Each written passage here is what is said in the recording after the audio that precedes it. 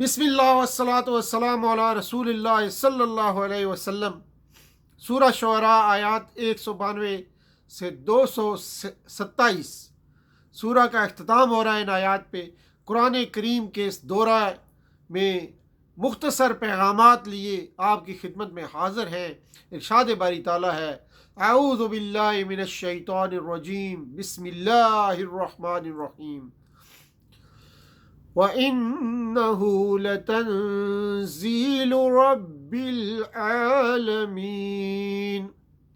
نَزَلَ بِهِ الرُّوحُ الْأَمِينُ عَلَى قَلْبِكَ لِتَكُونَ مِنَ الْمُنذِرِينَ بِلِسَانٍ عَرَبِيٍّ مُبِينٍ وَإِنَّهُ لَفِي زُبُرِ الْأَوَّلِينَ۔ صدق اللہ العظیم۔ رب اشرح لی صدری ویسر لی امری واحلل عقدۃ من لسانی یفقہوا قولی۔ اللہم ارنا الحق حقا وارزقنا اتباعہ وارنا الباطل باطلا وارزقنا اجتنابہ، آمین یا رب العالمین۔ الحمد للہ نحمدہ ونستعینہ ونستغفرہ ونؤمن بہ ونتوکل علیہ ونعوذ باللہ من شرور انفسنا ومن سیئات اعمالنا، من یہدہ اللہ فلا مضل لہ ومن یضللہ فلا ہادی لہ، ونشہد ان لا الہ الا اللہ وحدہ لا شریک لہ، ونشہد ان محمدا عبدہ ورسولہ صلی اللہ تعالی علی آلہ واصحابہ اجمعین، اما بعد۔ آغاز سورہ میں قرآن کریم کا ذکر تھا اور اس کی تکذیب پر دھمکی دی گئی تھی۔